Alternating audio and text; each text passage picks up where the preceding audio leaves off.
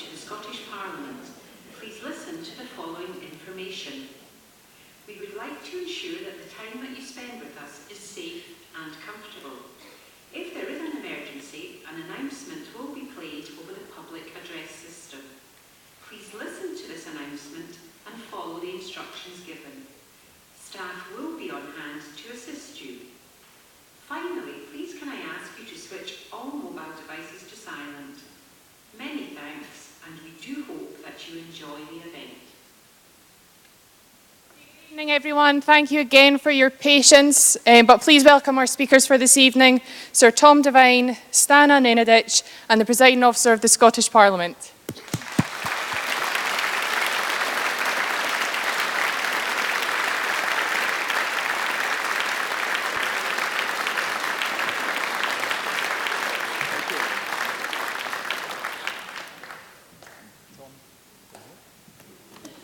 Thank you very much. Thank you very much, ladies and gentlemen, and welcome to the Scottish Parliament and to the Festival of Politics 2018. My name is Ken McIntosh.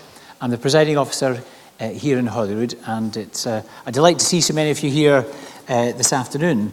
Apologies for the delay in getting everybody in, but I think you'll find it's worth it. Now, before we introduce our guests, as well as being here, and this is an interactive occasion, so you're not just here to listen, much as you will be fascinated. We want you to engage with us and to give off your views. That's the whole point of the Festival of Politics, is to try and engage and hear your opinions, as well as allow you to talk about politics and things that matter to you, or to listen to the politicians that matter. And we're broadcasting all this live on Facebook. So for those of you who are so minded, if you want to go online, we're using the hashtag FOP 2018. That's Festival of Politics 2018 hashtag. Okay? Good. Now, I'm delighted that we are joined today by Emeritus Professor Sir Tom Devine and Professor Stana Nenadic. If I may introduce our two guests. Sir Tom Devine is an academic and historian. Born in Motherwell, he graduated from Strathclyde University in 1968 and 20 years later was made Professor of Scottish History there before going on to become Deputy Principal. Sir Tom moved to Aberdeen University in 1999 and then joined the University of Edinburgh in 2006 when he was appointed to the Sir William Fraser Chair of Scottish History and Paleography. He was the head of the School of History, Classics and Archaeology, and until his retirement was director of the Scottish Centre for Diaspora Studies. Sir Tom is the author or editor of more than 40 books, one of which, The Scottish Nation, became an international bestseller. And he has written more than 100 articles on topics as varied as emigration, Caribbean slavery, and Scotland and sectarianism. He has won major prizes for Scottish historical research and regularly contributes to both print and broadcast media, both at home and abroad. Sir Tom was appointed OBE in the 2005 New Year's Honours List, and he was knighted in the 2014 Birthday Honours for services to the study of Scottish history, the first scholar to be so honoured for this reason. He has just received a Lifetime Achievement Award from the UK All-Party Parliamentary Group on Archives and History. Sir Tom Devine. No, wait a second, I'm going to introduce Stana first and then you. And Professor Stana Nenadic graduated in Economic History from Strathclyde University and her PhD in the same subject from the University of Glasgow. She spent a year at the University of Stirling before moving to Edinburgh University, where she became a school graduate director from 2009 to 2012. And she is currently Professor of Social History and Cultural History at the University of Edinburgh, where her research has focused on the social, cultural and economic life of artisans and business owners, the middle ranks, gentry and professionals since the 18th century, mainly with reference to Scotland. Prior to her university studies, Professor Nenadic spent several years working as a theatrical costume maker and designer. She has a parallel interest in the material and visual cultures of the past and is director of the Passold Research Fund, a registered charity that promotes research into textile fashion and clothing history. Her most recent book is titled Colouring the Nation, the Turkey Red Printed Cotton Industry in Scotland. She was appointed by royal warrant to be a commissioner of the Royal Commission on the Ancient and Historical Monuments of Scotland. So, ladies and gentlemen, Professor Stana Nenadic.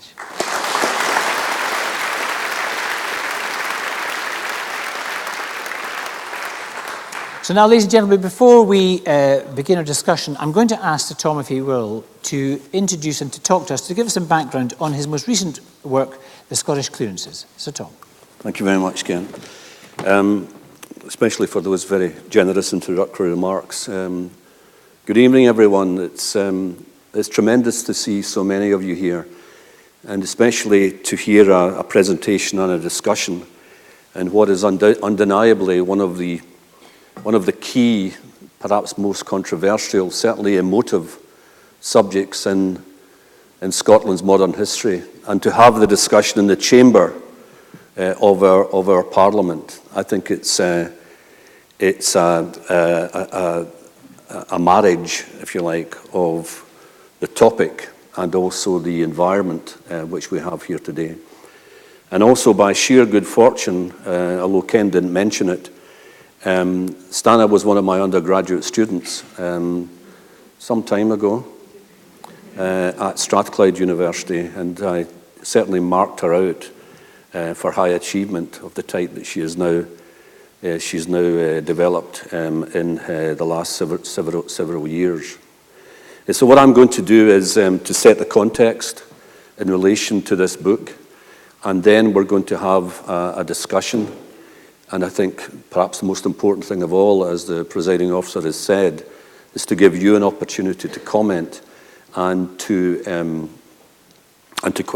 make questions. And the most important thing of all is to buy the book at the end of it. Because at the end of it, there is actually going to be a book signing, and our intention is to make this the biggest book signing of all time. And there are security men on duty to make sure you do not get out without purchasing a volume at the extraordinarily low price of ... Okay? Okay, let me try and set the context for the discussion. In 1814, Sir Walter Scott published what was to become the work which set him on to global stardom, Waverley, or to 60 years since. By 60 years since, he meant from the Jacobite Rising of 1745-6. And he has his anonymous commentator at the very beginning of the book say, "There has not been so complete a change in this country as there has been in any other state in Europe over the last 50 years or so. This has produced a group of beings in Scotland, in this kingdom of Scotland, as different from their grandfathers as the present English are from those of the days of Queen Elizabeth I. In a nutshell, ladies and gentlemen, he captured in those sentences the sheer scale, the speed, the widespread nature of Scottish social-economic transformation and indeed cultural transformation over that period. Quite simply, Scotland in 1840, 1850 was a different place from the way it had been in the 1750s, 1760s. It was the time when old Scotland disappeared and modernity embraced the land. And it's never, that process of, if you like, progressive change, not all of it necessarily good, has been the condition since that period of the late 18th, early 19th centuries. The motors for these enormous changes were industrialisation, the Scottish rate of industrialisation faster than that of England, which was more or less an evolutionary process. Extraordinarily, by the census of 1851, if you look at males in occupations such as mining and manufacturing, there was a slightly greater percentage number of those men engaged in mining and manufacturing per head of population than in England, which made Scotland by that date the most industrialised society on earth by that measure. Then massive urbanisation, so that by the census of 1861, Scotland had more people living in towns and cities than anywhere else in Europe apart from England. But finally, and what is going to be the focus of my brief words this evening, and in fact is at the very heart of the book, The Scottish Clearances, is the process of rural change, the revolution that occurred. There have been two revolutions over millennia in Scottish rural society, as there have, of course, been in other rural economies and societies. The first was the so-called Neolithic Revolution, millennia ago, whereby human beings ceased mainly to be hunter-gatherers or fishermen and became farmers and breeders of stock. That was a decisive break with the past. But this process that I've outlined in this volume was just as revolutionary, and it occurred over a much shorter timescale as Scott's verdict, Sir Walter Scott's verdict, on the speed of the process and the transformational nature of it. That process led to a huge increase in the productivity of land and a major boost to the nation's food-producing capacity. It had to, because population was rising, and also at the same time, urbanization, the number of non-food producers was increasing at the same time. If that hadn't happened, we might have faced an Irish-type catastrophe in this country by the time you get to the middle decades of the 19th centuries. But, as I outline in the volume, in this book, this change came at social costs. And the social cost, the major social cost, was the extraordinary dislocation that occurred throughout Scotland, not simply in one region of it. The scale of dispossession, the fact that an old peasant society where virtually everybody who'd lived outside towns and cities and even villages had some access to land, no matter how minuscule. Quite literally, that old world, which had existed in Scotland for God knows how long, was swept away in about 30, 40, 50, 60 years. Ironically enough, in Highland Scotland, especially crofting populations, still continued despite the trauma that many of them had been through, many of their families had been through, still held on to patches of land. In lowland Scotland and the Scottish borders, the number of tenants was cut back drastically, so you're dealing only with a tenant farming elite by the time you get to the 1820s and 1830s. The old cotter class, who were given small areas of land in return for work at the busy seasons of harvesting and peat cutting. And one of the arguments in the book is that they probably made up between a quarter to a third, at least in many parishes of Scotland, a quarter to a third of the population. Those of you who can trace your ancestry back directly to lowland Scots of the 17th century, there's a very good chance that you came from such cotter families. They had gone completely. I argue in the book, against perhaps received wisdom, that there was actually a greater extent of landlessness and a thoroughness in dispossession and clearance, even compared to the better-known examples of Highland Scotland. And this is what I was saying to the presiding officer earlier. Penguin apparently have been sending out a message that they have sent me up a flak jacket so that when I go north, which I'm going next week to our place in the island of Mull, I can have some degree of protection against Gaelic invective and Gaelic opposition to some of the things I've been saying here. I was conscious from the very beginning, because I've been thinking, reflecting, and even writing about this for about between 30 to 40 years. I hasten to add, not continuously. I've been doing other things. But I'm conscious of the fact that in this book, there is a head-on frontal challenge to some of the assumptions, the popular assumptions, and even indeed some of the theories and theses advanced by historians, my colleagues.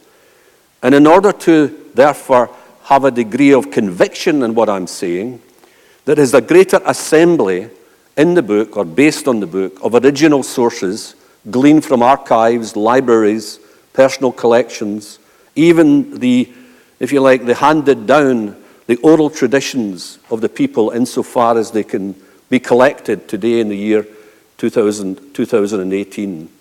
There had to be real real foundational strength in terms of the evidential base, so that the generalizations and conclusions that I've reached could not simply be discarded. History is about, in a sense, you could say, continuous argumentation. So it doesn't necessarily mean that this volume claims in any way to be definitive. But what it does do is, it's my honest, impartial, but also creative response to the evidence that I've looked at. I approached the subject with an open mind. Obviously, hypotheses started to emerge, and then, of course, the evidential base started to be shaped. So this is what I believe to have happened. And we await the reviews, we await your questions, and of course, we await the comments from the distinguished members of the panel. But remember, the vital reason why you're here is to do something at the end. Thank you.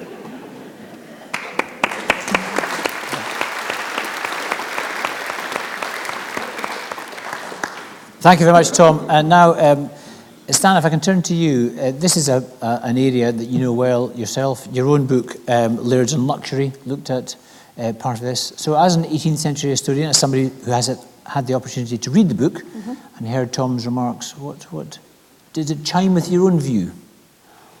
Well, I mean, it's very hard to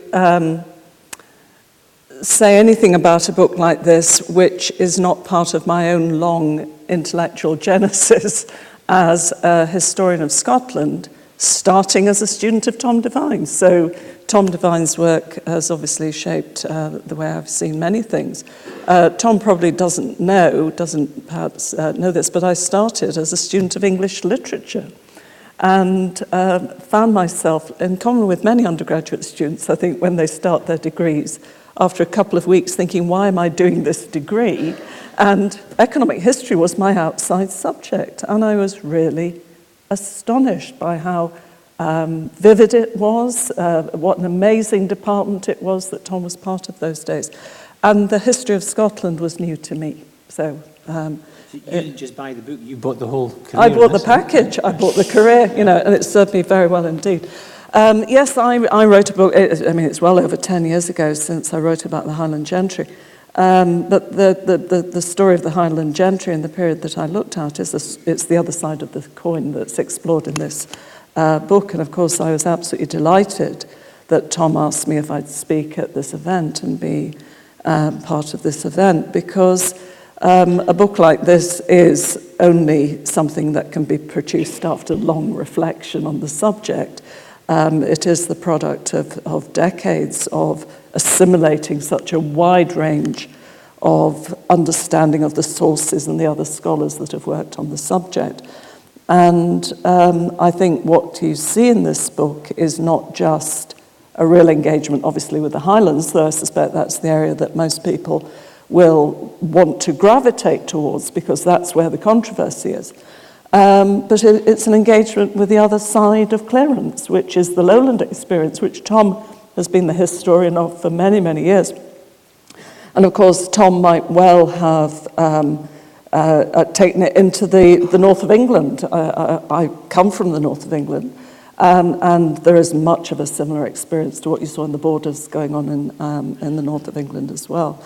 And as I was reading the book and reading it the way in which there is an engagement with some of the myths, some of the passionately held beliefs, going back to the 18th century, visceral understanding of what clearance means, then I was trying to think, Tom was exploring where's the protest in other parts of Scotland? Is it there? And I likewise was thinking, where's the protest in England? Because much of that experience, and perhaps not the Gaelic dimension, but some of that experience is there. And I think you did mention the southeast of England, the degree to which the kind of poverty and the desperate other side of the coin of agricultural monoculture, grain production, gave rise to astonishing levels of despair in the early part of the 19th century. And it's understood, but it's not understood in the way that, say, the Highlands situation is understood. And I was also thinking about protests through poetry, people like John Clare, the peasant poet, living in Lincolnshire, writing about rural change and agricultural change, and in a very, very passionate way, but a sort of single voice. So addressing these complex layers of understanding through a book like this, I think, is very important and is probably very timely as well. So Tom has given us something really to think about. But the work that I've done, not only on the Highland Gentry, but on other aspects of movement, like the movement to London, so I wrote on Scots in London in the 18th century, is the other side of the coin that's been explored here. Okay, we'll come back, if I can, to whether the depiction of the behaviour of the landlords, the lairds, the gentry in popular mythology or popular memory is accurate too. But if I can, Tom, just pick you up. So what you're saying, saying several things in this book, including that it wasn't just the Highlands that were cleared, it was the lowlands that were cleared. But the popular mythology, the view that is perhaps shared by many of us here today about the Highland clearances is wrong. Well, I've heard that from other historians too, but how has it become so established in popular culture that here we have people, driven from the land, by evil landlords to make way for sheep and driven out to the Americas or wherever else? How is that, when actually it was perhaps the product of many other things, including, agrarian revolution? How come that has become such an established fact, if we may call it that, or something, a myth? Well, I mean, if you're referring to the Highland experience, where it resonates powerfully, and it doesn't simply resonate in the consciousness of people historically, I truly believe that the Highland clearances, so-called, has become actually part of Scottish culture, part of our kind of sense of memory of where we came from. I mean, arguably, it's the most famous or infamous subject in modern Scottish history in terms of people's reaction to it.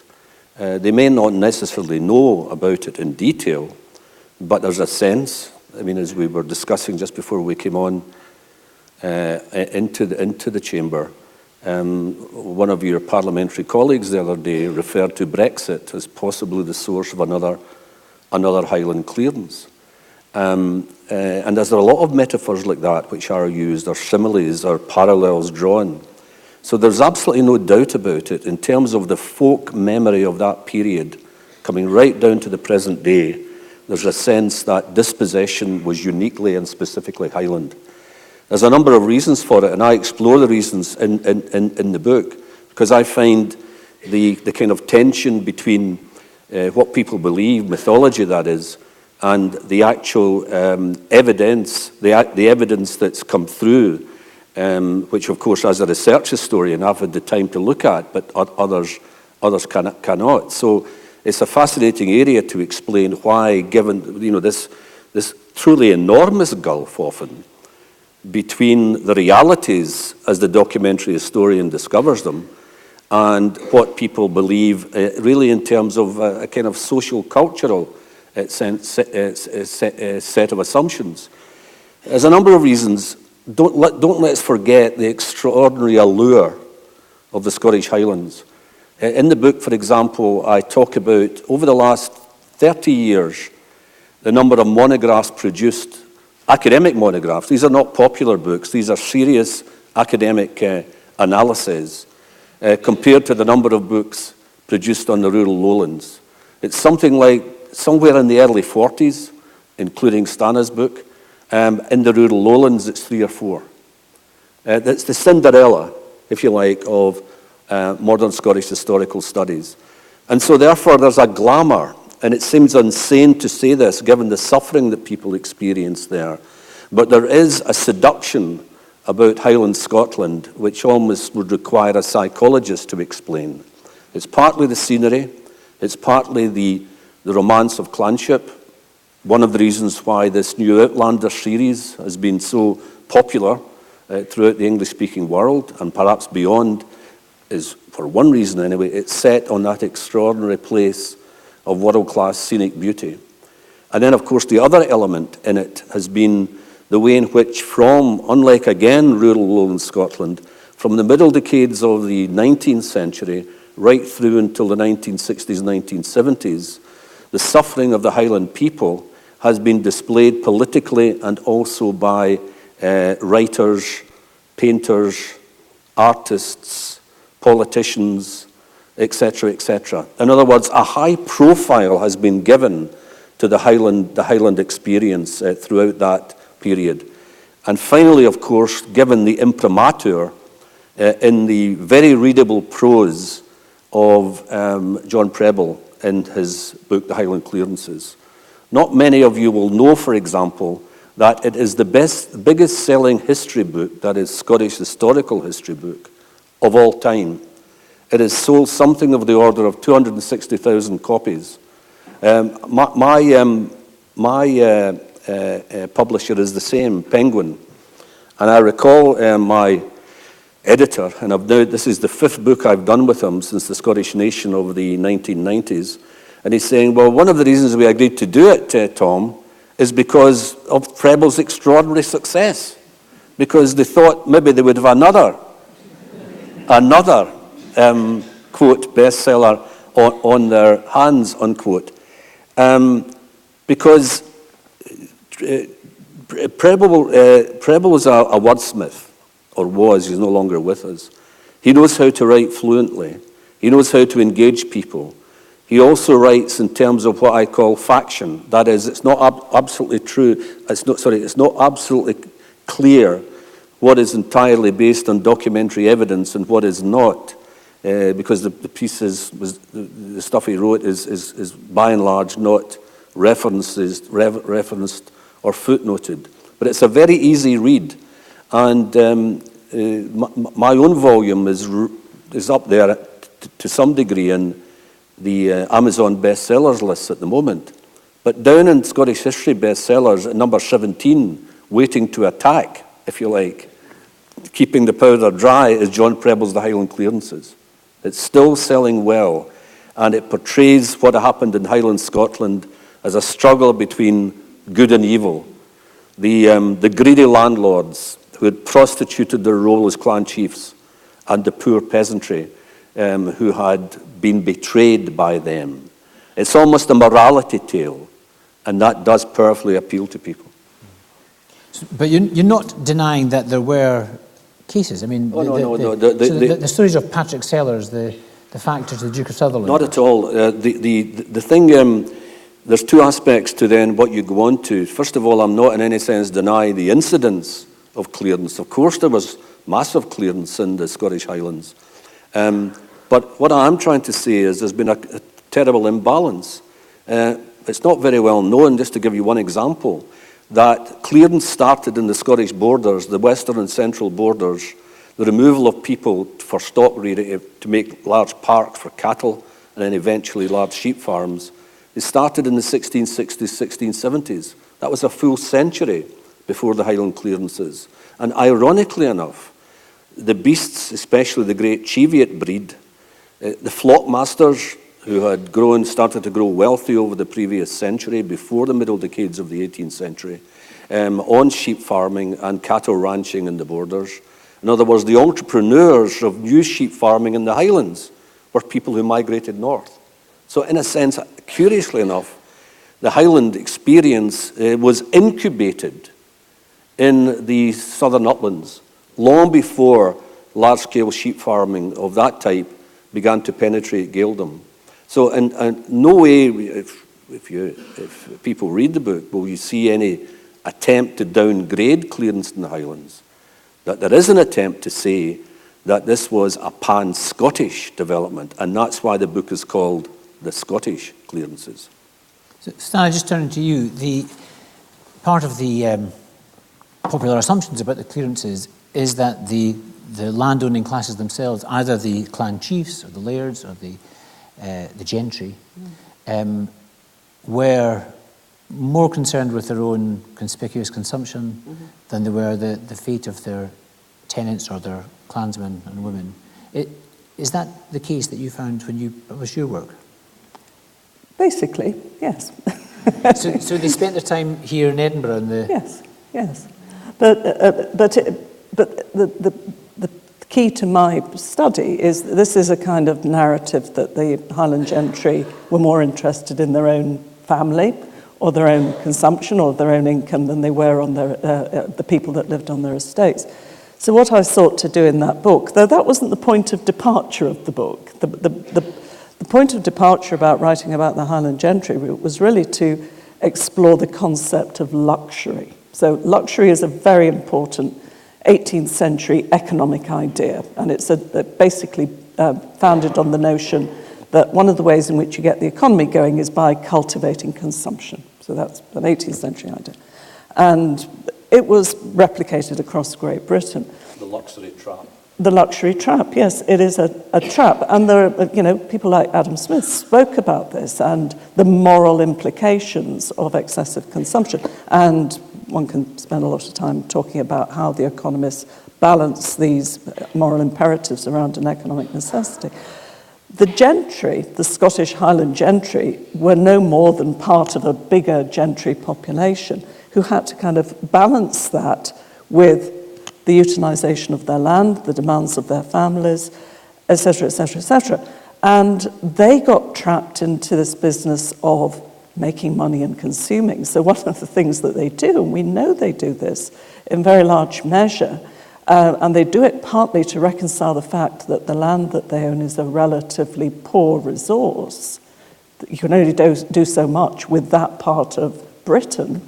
They start to look for other devices to make money for the family, and one of the commonest is sending sons into the army.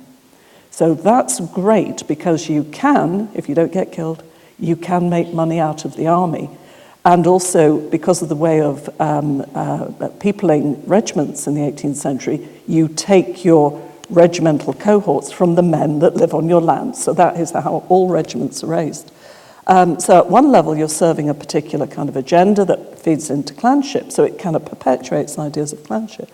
But at another, you're taking key members of prominent landowning families into a professional world that is inherently luxurious and reckless and has less and less regard for the land. So Vanity Fair. It is Vanity Fair, absolutely. If you send your second son into the army, your son goes age 15. He knows nothing about how to run an estate. If your eldest son dies, and he's been trained as a lawyer because the best skill you have for running a state in the 18th century is the legal training. If that army officer inherits the land, he hasn't a clue what to do with it. All he sees is a resource to take money out of it. So it becomes a kind of vicious circle that inevitably either leads to bankruptcy, and many of these families go bankrupt long before they can clear the land, which means somebody else buys the estate and they have less connection to the people who live there. Or it leads to sales, and many of these estates are sold and they become residents in Edinburgh. And the other dynamic is women who are no longer elite women, gentry women, who are not part of the productive life of an estate anymore. They cultivate a kind of gentility, they expect to live on annuities, so the kind of burden on estates is just going up and up and up. And inevitably, yes, they do give rise to clearances. I think one of the things that's perhaps lurking behind all this is the extraordinary boom which starts about the mid-18th century and is still going on through to the end of the 19th century, and that is rising population.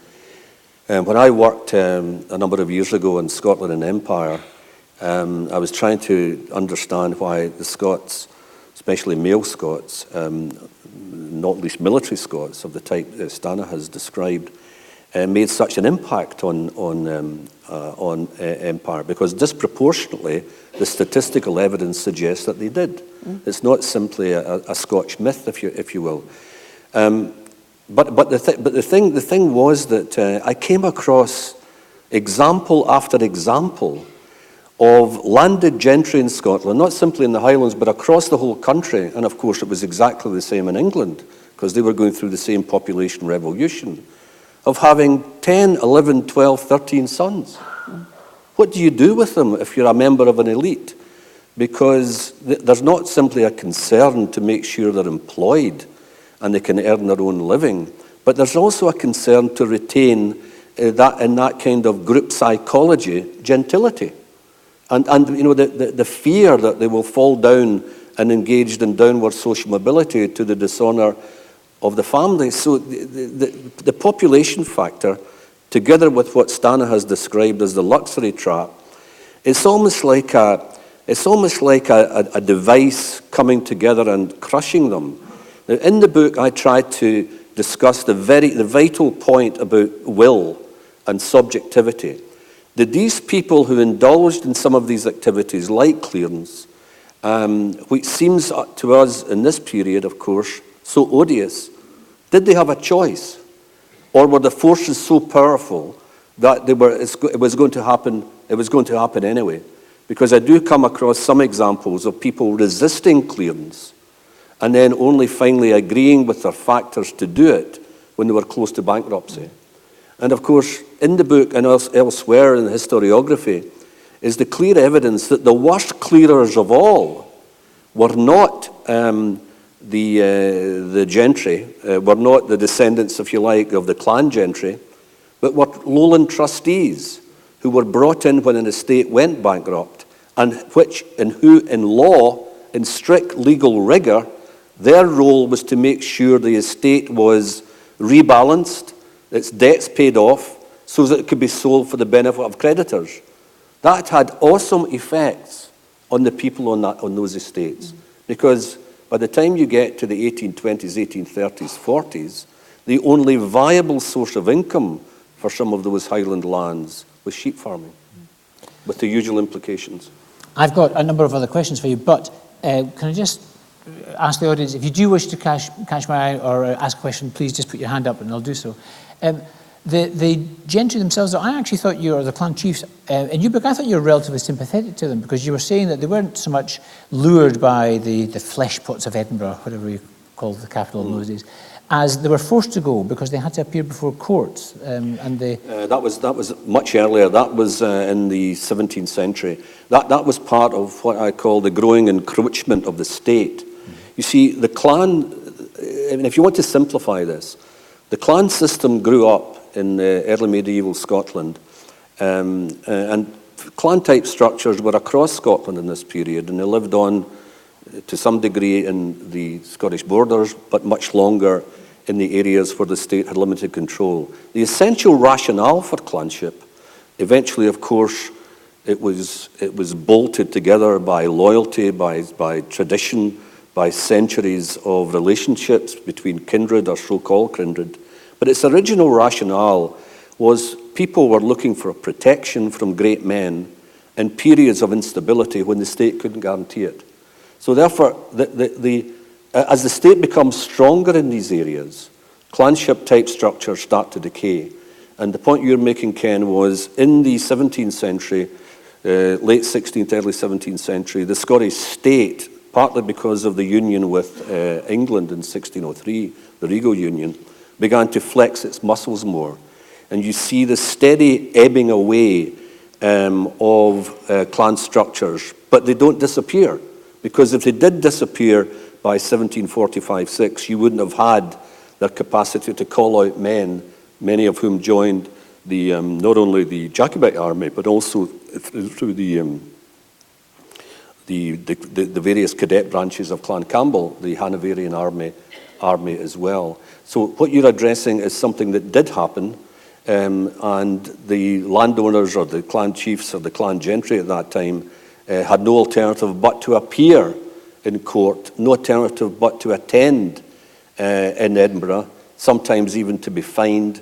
And of course, one of the results of that was increasing cost. And increasing cost started to finally result in increasing rentals. And so you began to see a kind of landlord mentality, a commercial landlord mentality, developing out of the old kindred, the old concern for kindred. And you see, therefore, in the part of the chiefs, the decay of that almost untranslatable term, duachas, in Gaelic, which essentially means, from the people's point of view, that they have given blood service for perhaps generations to the elite families. They've also had to pay rental. In return for that, they wished to have guaranteed protection from the elite within the bounds of the clan. And that is why, unlike the positions south of the Highland Line, clearance was the worst possible violation of that particular contract. It wasn't a legal contract. It was much more important and significant at that. It was a kind of bond in blood. And as Stana Nidich has just said a few minutes ago, what you get after Culloden is not the removal of those bonds. You get almost a kind of renewal of them, because the Highland gentry start to become military entrepreneurs. They build up Highland regiments and, in a sense, negotiate with the British state to employ them during these great wars of the 7 Years' War, the American War of Independence, and the Revolutionary and Napoleonic Wars. And recall particularly some papers I looked at in Armadale Castle and Skye, the MacDonald papers there. Lands given in return for sons. Lands given in return for sons. In other words, the agreement was, or so the people thought, that in return for the males of the family enrolling in the family regiment of the elites, or the landed class at that time, which was perhaps more important and relevant to say, that there was a guarantee of possession in land. There's obviously, you can tell it from some of the evidence given, and also from some of the oral traditions of the time, that the people honestly believed that that guaranteed them continued and perhaps even perpetual possession of land.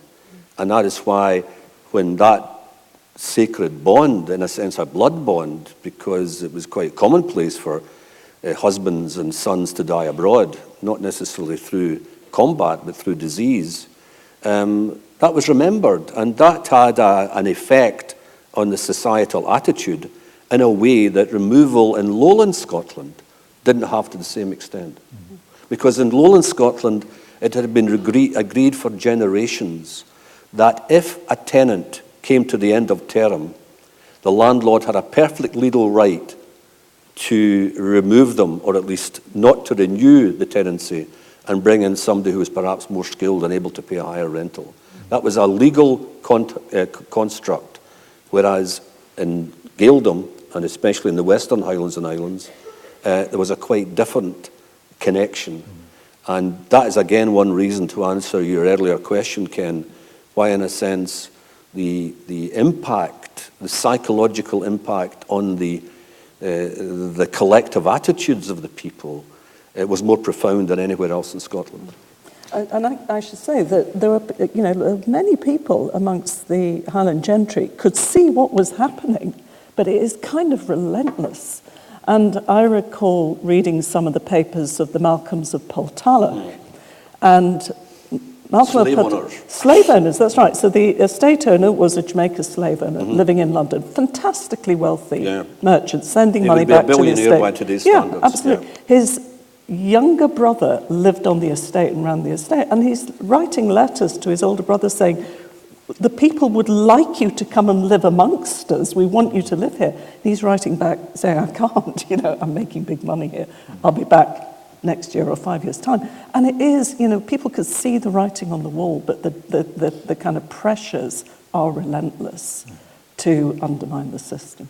Now, I want to ask a question about the physical scars that the clearances have left, because I thought, actually, one of the things I liked about your book, I liked a lot about your book, but it was talking about bringing the life that the people lived on the land, and those that were in many ways invisible to us because they weren't registered. But you talked in particular, I think, about the lowlands, that the cotters, they actually lived in houses that were pretty well recycled, yes. I think you put it, and when they were moved around, and they were moved around a lot. Yep. So although they had a link to the land, it was a different bit of land. Yes. They'd actually take their door and their roof beams with them. Yes, well, particularly the roof timbers. Yes. They were, not only in lowland Scotland, right across Scotland, that was the most valuable part of the house. And one of the things you do find during clearance, that normally the people would be allowed to take them away, because my reckoning, and I tried to demonstrate it in the volume, is that in the first instance, in Highland Scotland, the process was one of resettlement in the later 18th century. What was known at the time as crowding in. That is, people who were moved out of a particular area were moved into another township, which of course, therefore the land was cut up, the land was divided. In lowland Scotland, the pattern was slightly different. There's this remarkable proliferation of village development. And so you find the former cotters, they don't all emigrate to America or to the towns. They're kind of relocated in this mushrooming of village development, because in the early period, Ken, in the early period of industrialization, much of the textile activity and other forms of handicraft activity took place in rural villages, not in the big cities. So there was the possibility of redeploying them. But the big difference, in my view, which is one of the reasons I got interested in this when I started to research a book called The Great Highland Famine in the 1980s, is, and I always tell the children this when we go up there, and now the grandchildren, look for the marks on the land, because, our place in Mull, where you can see the phoenix, that is the cultivation beds, when the bracken's down. People have gone, but those raised sandwiches of soil are still to be seen all over the area. In a parish which today has no permanent resident, but had 450 at the census of 1841. And equally, of course, there's the ruins. Not everywhere, but one of the most emotive things of going to places, if you know where to go, is to see the former townships. Obviously incomplete, because to go back to your word recycling, a lot of the dry stone dikes, the new farmhouses which were built, were constructed out of the stone that were originally part of the dwelling of a family. So the thing about the Western Highlands and Islands, or at least parts of that area, what happened is still visible on the land. In lowland Scotland and border Scotland, it's vanished. There is, again, the recycling process took place with the building materials, particularly stone, being used for other purposes. But partly because it happened earlier than what happened in the Highlands, you would have great difficulty. It's not entirely impossible, especially in some of the river valleys of the borders, but you would have difficulty getting that kind of iconic archaeology, which makes visits to certain parts of the Highlands so extraordinarily remarkable. To see these places in locations of aching scenic beauty. And the thing that's missing, of course, are the roofs, because they were always taken off, because if you didn't do that, then the landowner would have to continue to pay rates. And of course, above all, the people. Yeah, no, you don't get that sense in lowland Scotland, which is, again, one of the reasons for the amnesia. And the romanticism, perhaps. I know the very place I'm from, in the Isle of Skye, yes. The village of Elgall, yes. which is at the end of the Strathclyde Peninsula. There's Correct. 6 miles down, there's a village called Sushnish, yes. which is still there, an entirely cleared village. And Borrereg. And Borrereg, yes, exactly. Yeah. So, again, put your hand up if you want to come in here and ask a question. There's another theme that runs in your book, and I don't know if you want to come in this stanza too, which is there's a difference between the people of the lowlands and the Highlands too. The people of the Highlands are Celts, they're speaking Gaelic. Yes. But what's interesting in your book, you're talking about both this growing romanticism. So you start off actually talking about the Highlands as a pretty miserable, bleak, gloomy, desperate place to live. But then after Stevenson and others and various diarists come, it changes and it becomes this romantic allure builds up. But at the same time this is happening, the Celts themselves, the Gaels, yes. are really, I mean, you call it racism. I mean, they are looked down upon. Oh yes, I mean, by the time you get to the middle decades of the 19th century, you've got this extraordinary duality of the romantic vision of the Highlands, Scott, of course, being quite influential in that, but there are a number of other reasons. The Highlands as a romantic place, but at the same time, in other quarters, and other social strata in the lowlands, there is the beginnings of vicious racism. The notion that the Teuton, that is the lowland Scot mainly, and those from the Northern Isles, the Teuton is much superior to the Celt. I mean, there's this extraordinary analysis that's drawn. The Celt has been pushed because of racial inadequacy from Europe to Ireland and to the maritime areas and the insular districts of the Scottish Highlands. This is a reflection, so some of these individuals who are undeniably racialist authors, this is the conclusion they drew about why people lived in Ireland and the Western Highlands and Islands. And this comes out very clearly during some of the attempts to provide charity for the people of the Highlands during the Great Potato Famine of the 1840s, early 1850s.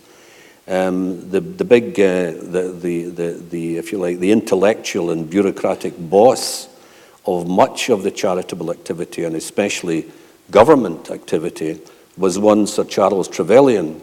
And his edict was, we must prevent the leprosy of Ireland, that is the poverty and famine crisis in Ireland, from crossing the Irish Sea.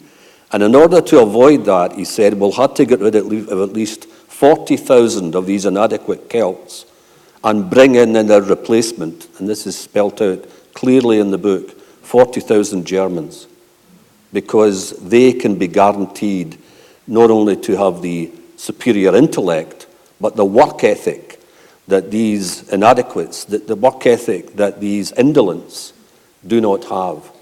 Because that mindset articulated the view that the reason why in the richest society on the planet, aka Great Britain at that time, that there was actually a famine, people, were potentially starving, must be because of their own collective fault. And this sentiment was extremely important. One of the things, again, if you talk about the marks on the land of the time, the area is covered with tracks, destitution roads, by which famished people were given £1 of meal per day in order to earn their corn through working. Because the ethic of the time was, and this, we're dealing with people who are suffering severe and acute food shortage. The ethic of the time was that if we allow them free food, that will further demoralize them. In other words, will affect their character, and there will be no recovery. So it's a bitter period. We're having the same debates in politics today, as I'm sure you're aware. So it is worth saying that this idea of there being, that wasn't thought, this isn't how the Highlands were viewed in the 18th century. No. There's very much the idea the noble savage was, the Gallic race, the Ossianic. This is something that reaches its peak. But it's a kind of Victorian, because if you look at, these ideas are applied in different ways in inner city London, the idea of the residuum, that the poor are kind of an entrenched group whose poverty is their own. I mean, it's interesting if you look at the newspapers who had this at the very heart of their editorials. Two of them exist to this day. The one that's now called the Herald rather than the Glasgow Herald, and the Scotsman. And there was another, the John O'Groats Journal, which is no longer with us. And the Inverness, there were two Inverness papers. One of us was very much pro-people. The other was bitterly racist in its attitude.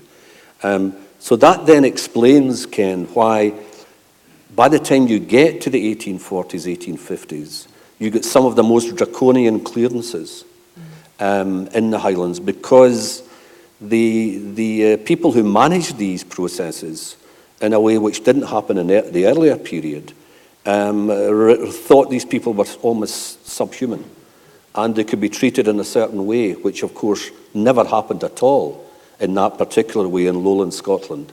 So again, the wound was deeper.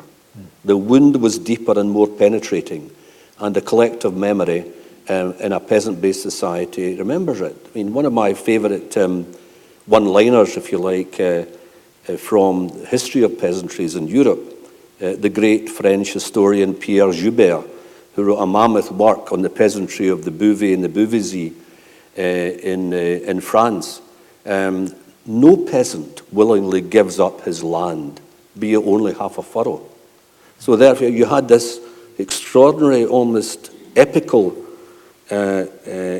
conflict between the values of these racist thinkers, I think strongly influenced eventually by Darwin, the survival of the fittest. And on the other hand, this ethic of the people who, despite the fact they seemed to be living in depressed poverty, were still wanting to cling to that patch of land. I've got a couple of contributors here who to come in. First of all, the gentleman there with the microphone, and then there's another gentleman up here. I don't know whether this is working or not. It is, we can hear you. Thank you. Could you mention cultural differences? The main one, of course, being that the two parts of Scotland spoke a different language from each other, and that must have made the Highlanders more remote and more isolated than they otherwise would have been if they could understand each other. And then, of course, they only got the translation of the Bible fairly late. And so culturally, they were in limbo almost. Well, of course, this helps to explain again these, if you like, these differentiated attitudes. Stan has talked about the view of the kind of 18th century view of the noble savage. Then you get the kind of early 19th century view of the Highlander as warrior because of the Highland regiments and the tremendous pride that they had instilled in Scotland because of their prowess on the field of battle, not least, of course, at Waterloo.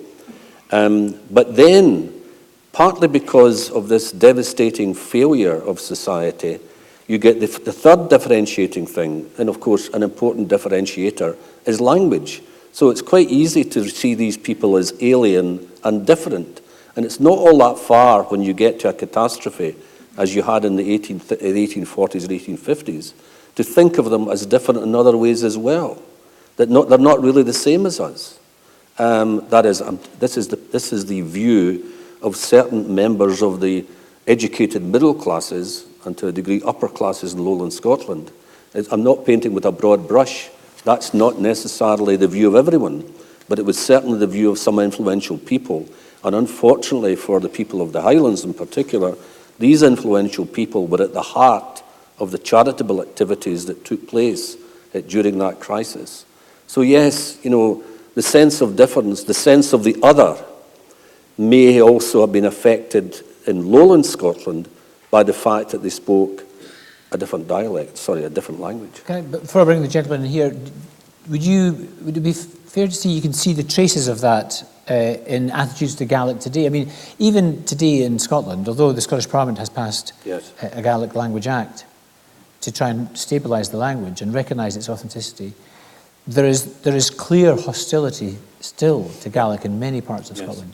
These things don't vanish very readily, and especially if there's a sense of the other, and especially if the other is a minority and struggling to assert its sense of identity.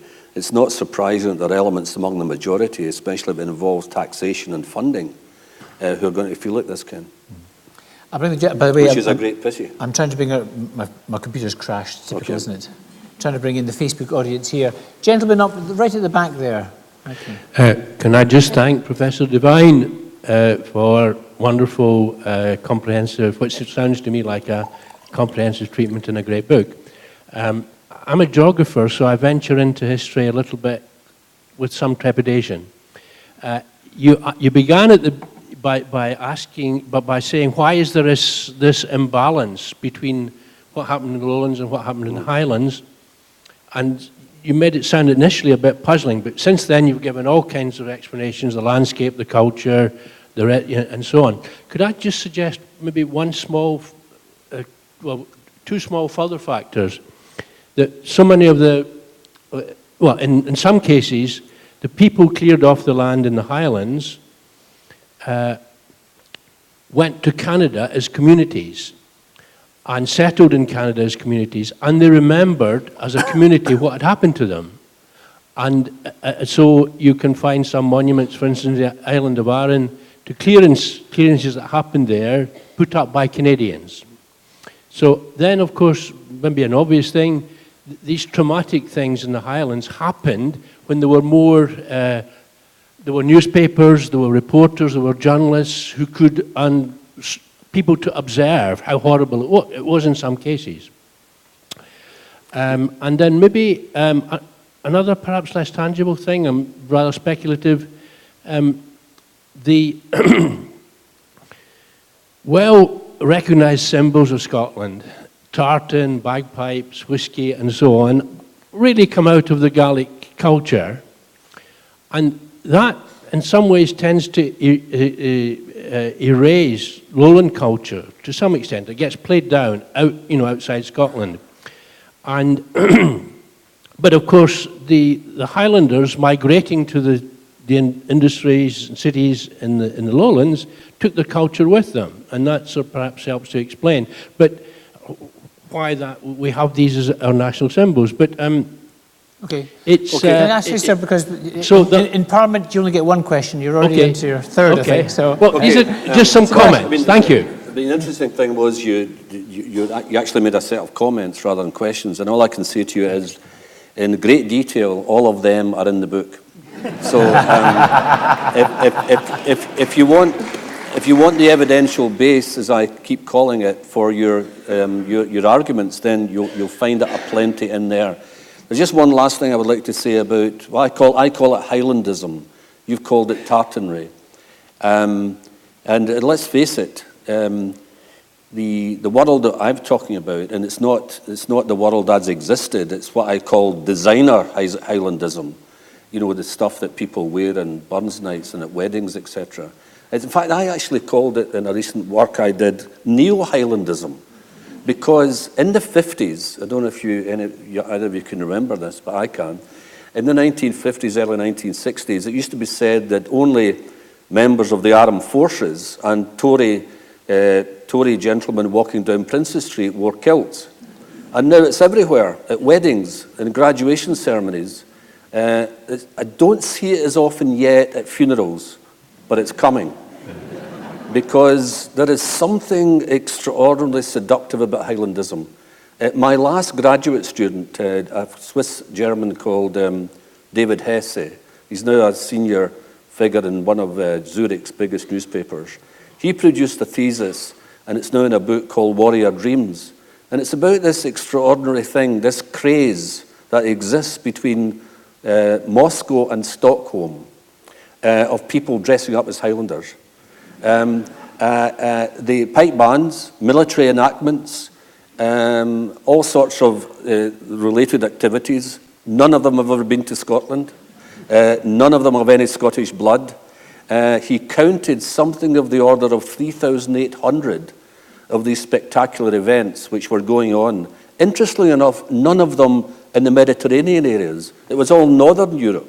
He even came up with the bizarre conclusion, until he verified it with the historian's great asset of reference to evidence, namely that Bavaria was an obsessive center of this cult because Hitlerism had destroyed traditional German folk culture in that part of Germany, so they had adopted Highlandism as an alternative set of mythologies.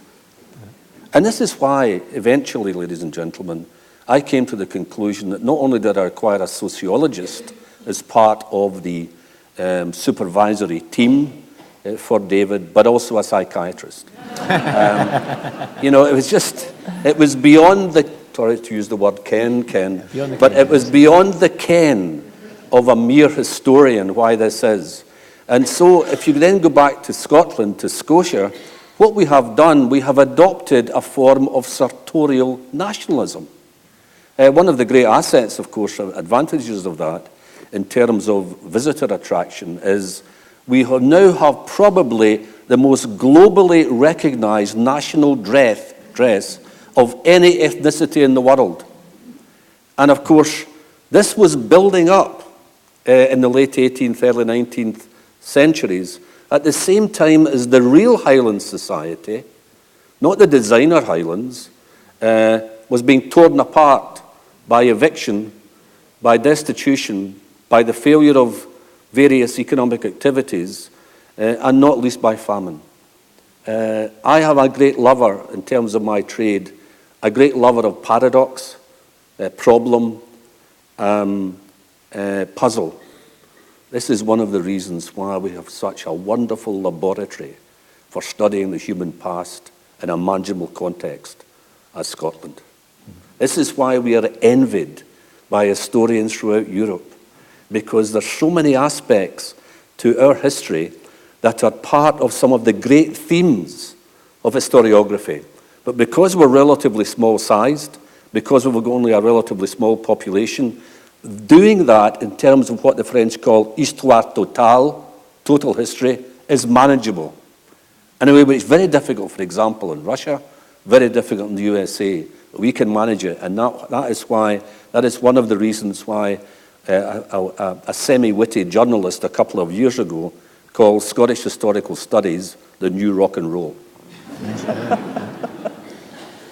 Stan, this is actually an area, certainly textiles and development and design in Scotland is an area of your expertise and speciality. I think most of us think of the Tartanisation of Scotland as being a relatively new phenomenon, that the Celtic Highlanders didn't actually go around in kilts the way that we... No, of course not, because they couldn't have made that kind of fabric in peasant society. It is an early 19th century lowland industrial manufacture. And very successful, yeah. The big firm was Wilson's and Bannockburn, Bannockburn, yes, the big yes. firm, largely supplying the military, actually. Yes. That's the big market, is the military market. I can see a lady right there. Now, if you just, yes, the microphone on your desk, if you put your hand up, they'll put the microphone on your desk on. There we are, yes. Yes. That's good. Because that's the way they speak to you in Parliament. Exactly. And that's why you can control them. Yes, because you just turn it off. And they often answer by saying, I can't answer that now, but I've got a book outside. From my studies of Scottish history in the 1960s, I was certainly taught about the clearances and about the home industry, the domestic industry, in terms of industrialisation in Scotland. But these were taught in two distinct and separate parts. So it's an interesting idea that you're putting across, that the clearances should be seen throughout sort of Scotland, really. But can I just clarify, it is the case still, the view is still that the clearances in the Highlands were mainly compulsory evictions, where people had little choice and were driven off the land, and hence many people emigrating or trying to eke out an existence in other parts of Scotland. But I'm still of the belief that it's still correct to think in terms of the clearances that you're referring to in lowland Scotland. Is it still the case that it was the choice that people did work at home at the time of the beginning of machinery and industrialisation?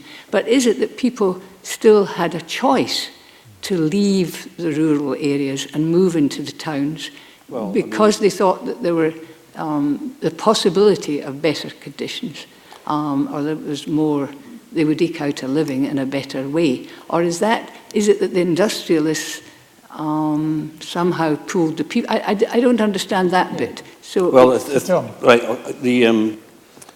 very, very difficult to summarise important elements of a 500-page book. But that's one of the reasons why I suggested that there's one way of dealing with that problem at the beginning. But the point I would make to you is this, that the Gael had considerable knowledge of opportunities elsewhere in Scotland, because one of the phenomena that kept people alive, really, after the decline of so many of the by-employments like kelping, illicit whisky making, and eventually also military employment after 1815-20, was the combination of potato cultivation, some grain cultivation, sending the odd cow south in the droves to the south, but above all, temporary migration. That is, sending the young south for the harvest, but not simply that, because the migration became temporary. They would go sometimes for 4, 5, 6 months in the year. One of the key sources for the book is the census enumerator's returns. Not the actual official census, but the notebooks taken or used by those who went round the places, as they still do to this day. So there's 96 of these parishes, if you like, which I've looked at, or myself and my research assistants looked at, for the censuses of 1841, 51 and 61. And in the notes alongside the numbers, they will tell you in great detail and specifically those who are not there on census day because they're elsewhere working in the south or in the fisheries or whatever. But the most significant point of all I would like to make, well, that sounds over-modest. Sorry, that sounds immodest. A key point I would like to make to you is, and again, I worried away at this to try and get an explanation of it. The population of the 4 Highland counties rose throughout the classical period of clearance. Now, if this was a tutorial, which it isn't, I'd be pinning you against the wall saying, okay, you've done your reading, how do you explain that? What's the explanation for that clearance apparently means depopulation, and yet there was much more emigration and out-migration after 1861 than there was during the classic period of clearance between the 1790s and the 1840s and late 1840s and into the early 1850s. There is an attempted answer in the book, but it brings into focus the fact that there is a considerable distinction, ladies and gentlemen, between the scholars' analysis of the evidence and the beliefs. Obviously, we're professionals. This is my trade.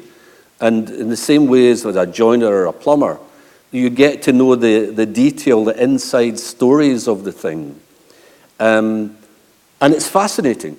One reviewer actually, I think it was in the Herald newspaper, said, okay, a lot of the mythology is corrected or challenged, but the end result of what Tom Devine comes out with is actually, in a sense, at least as dramatic as the old stories. And that was a fantastic thing for that reviewer to say, because that's exactly the way I feel about what has been discovered as a consequence of looking at this huge subject, which is so much at the heart almost of a sense of Scottish identity. So it's been a privilege working on it, and will almost certainly be as a result of complete intellectual exhaustion. my penultimate book. Penultimate. Maybe. Yes, can I say, we are going to come to an end shortly. We started late, so I'll just let it run on a little bit, but I'm afraid other events are on in the building, including here. We've got 2 contributors up in the cheap seats. If we can just get, just totally cheap joke there. The gods. Yes, the gods. Actually, before I let you in, can I just also comment on this? Was a contributor here on social media saying people were cleared from the land, but actually they weren't allowed to emigrate. There was an act of Parliament which stopped them emigrating. Yeah, this is the other aspect to this story, Ken. The detailed analysis of what clearance was. And obviously, since we're having a broad discussion, we don't want to go into definition about it. But it varies enormously from place to place. There are at least 15 cogent reasons why people were cleared or evicted or moved, as I again try to analyse in the volume. And at the same time, it varied over time.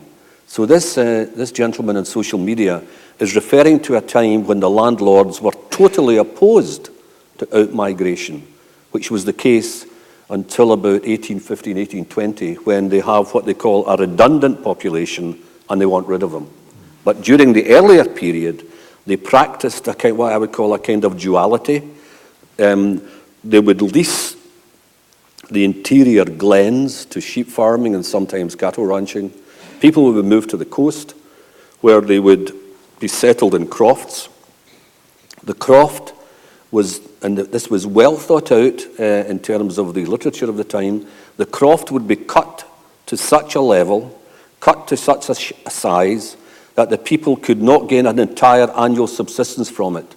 They had to work in fishing or kelp gathering and burning, and a few other activities, including military employment that Stana referred to earlier. So that was a way to earn two sources of profit. First of all, from commercial pastoralism, but keep the people on the land, which was the case down to about the 1815, 1820, 1825 period, and exact profit from their labour power. Two young ladies there, and then the gentleman there. Can you hear me here? We can hear you, yes. Good evening. Earlier you talked about sort of inevitable economic forces as it being the cause of the clearances a little bit. It seems odd to sort of avoid the issue of agency and choice and attribute to this force kind of beyond human agency and jurisdiction. I mean, Stana, yourself, you talked about the luxury trap and bankruptcy. Could you explain the issue of culpability a bit more in terms of landlord and the clearances? Sorry, yes. I didn't get that. Well, the question is, and if you could pass the microphone to the gentleman up at the back there, you got one. The question is really that we're talking about the difference between choice and compulsion. Yes. But actually, in a time of changing economic factors, it's really more about agency and culpability. In other words, they may have a choice on paper, but they don't really have any choice, and they don't have any agency in this. And therefore, people are still guilty. No. I mean, there's two things there. I totally agree with what's the implied point in the question. Namely, the people had, in certain terms of remaining in possession of land, they had no choice whatsoever. One of the other major sources in the book is the so-called summons of removal, which is the legal document compelling the tenant to remove, usually at Whitsun, because the argument was that was a more benign period when the weather was theoretically becoming a bit better, rather than to do it at Martinmas. So there was removal in the spring period, compelling the tenant, his entire family, his cotters, his servants, any associates, kindred, for example, who would cut up part of the holding and used it, during a kind of process of subdivision. And one of the reasons we know about clearance is because of these events where people resisted the summons, and therefore the sheriff officers were brought in, the police, and occasionally also the armed force of the state. But overwhelmingly, I would go so far as to pick a figure out of the air and say 97%, certainly in the lowlands, but even in the Scottish Highlands, took place peacefully. The people realised the power of the state. They had no leverage. They had to go. And really, you could argue, therefore, that protesting would simply have made matters worse, because it would have extracted the wage-earning males from the family unit, because there'd be, as Gordon Jackson, formerly of this house, MSP, used to refer to, I'm off to the jail, Tom. Sorry, he's a QC. So he wasn't saying he was going to jail. He was simply saying he was going to interview, clients in the jail. So there was the sense that they would have been found unambiguously guilty if they deforced the sheriff officers, if they refused the edict of the summons. And that's one of the reasons why, although there was protest in the Highlands and hardly any at all in the lowlands, because people were prudent enough to realise it would be counterproductive. So yes, the whole setup of economy outside people's control, the power of those who owned the land, rather than those who actually were given temporary possession of it, was such that their agency was very limited. But it was not non-existent, because if you go back to that earlier period, when as the person in social media said, the landowners tried to prevent emigration, we know from that period that a lot of the emigration that occurred before the beginnings of destitution in the 1820s, 30s and 40s, serious destitution, when people simply didn't have the resources really to move to the same degree. In that late 18th century period, there was much collective movement. The gentleman talked earlier on about communities to Canada. That was the period when that type of immigration was at its height. It was a form of almost collective self-help. and it was community movement. Regrettably, what happened after 1815-20 was very much more individualized and very much more out with the control of the people. In fact, it became known by the 1840s, 1850s as compulsory immigration.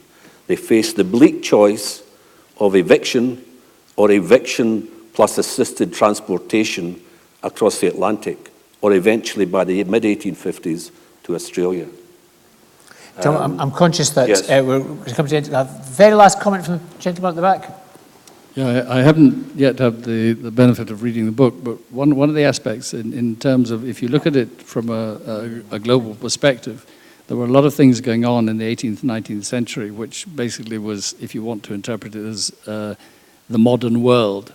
And the modern world was imposing on the old world different ways of doing things. And this happened certainly in the UK, but it happened all over the place. Correct. And you could argue that shall we say, the Gaelic culture or the Highland culture was very much of the old world, so it was more spiritually based. It wasn't related to an economic definition of how you should lead your life. And I just wondered whether this was an aspect that was covered, in the sense that the impact of the modern world on Scotland in the 18th and 19th century was in a way, shall we say, overturning millennia of the way that people lived and looked at the world. Yes.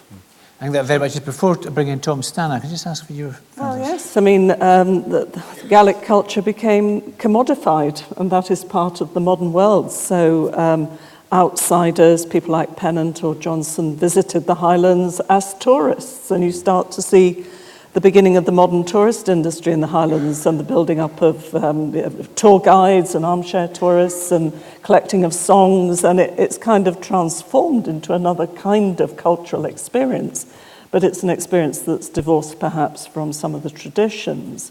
So it's not as though it's sort of cast in aspect. It is changing, but the change is incorporating it becomes music. But, Mendelssohn visits the Highlands, it becomes poetry, but it's the Romantic poets. It's William Wordsworth who writes about the solitary Highland lass. So that culture is part of the modern world, but it's part of the modern world that sets up a dissonance with those who have that as part of their native culture. Okay. Tom, yes, you mean? Yeah, I mean, undeniably, in terms of what you're saying, the first thing to remember is these processes were inaugurated in this country, that is in England and Scotland. The systems that were created, especially on land, were almost unique in this period, certainly in the 18th and early 19th centuries, to Scotland and England. So they were the path-breaking, especially in rural society, they were the path-breakers of the route to what we would now call modernity. In other words, what we saw in this period was nothing less than the fragmentation of the old world of tribalism, if you want to refer to clanship in that sense, of tribalism and subsistence living, peasant subsistence living with a foothold on the land.